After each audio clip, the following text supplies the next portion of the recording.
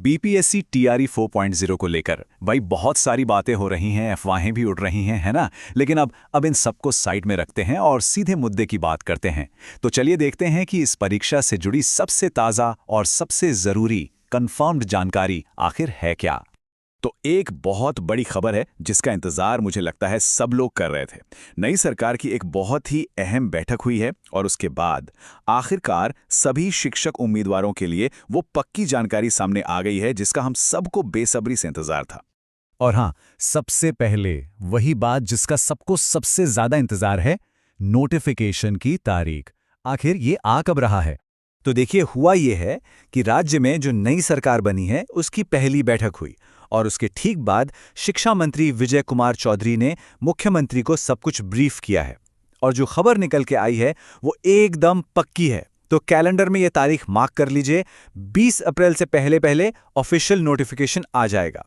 जी हाँ, ये वही खबर है जिसका हम सब कब से इंतजार कर रहे थे।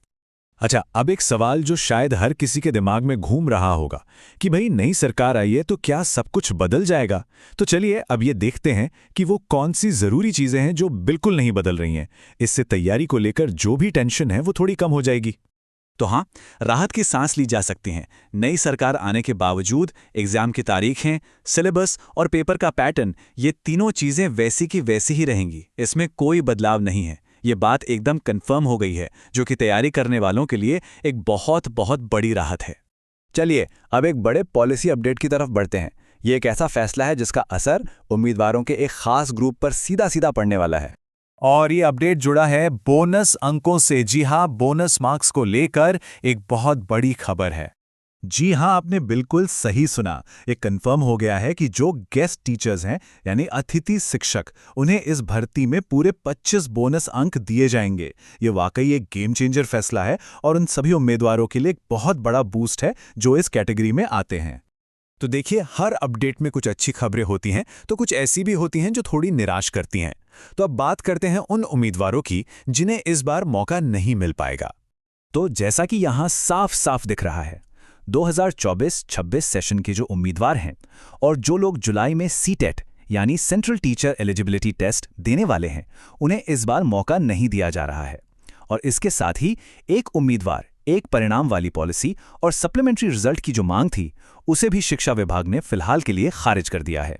तो इन सब का मतलब क्या है? मतलब साफ है, कंपटीशन अब और भी ज्यादा तगड़ा होने वाला है। एक एक सीट के लिए लड़ाई होगी।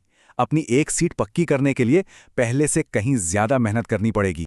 और ये जो आंकड़े हैं, ये इस कंपटीशन की पूरी कहानी खुद ही बता देते हैं। देखिए, कुल सीटें तो कई भी 46,595 हैं, लेकिन जब हम इन्हें प्राइमरी और मिडिल स्कूल के हिसाब से देखते हैं तो समझ आता है कि हर एक सीट के लिए कितनी जोरदार टक्कर होने वाली है।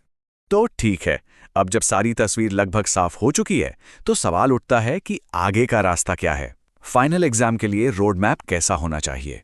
तो अब एक्शन प्लान क्या होना चाहिए? देखिए, सिंपल है। स्टेप 1, 20 अप्रैल तक नोटिफिकेशन आ जाएगा। स्टेप 2, एप्लीकेशन विंडो खुलेगी। लेकिन स्टेप 3 जो सबसे जरूरी है वो अब शुरू होता है, फाइनल फोकस्ड तैयारी। क्योंकि अब जब नियम और तारीखें एकदम पक्की हो चुकी हैं तो सिर्फ और सिर्फ मेहनत ही है जो सब कुछ तय करेगी।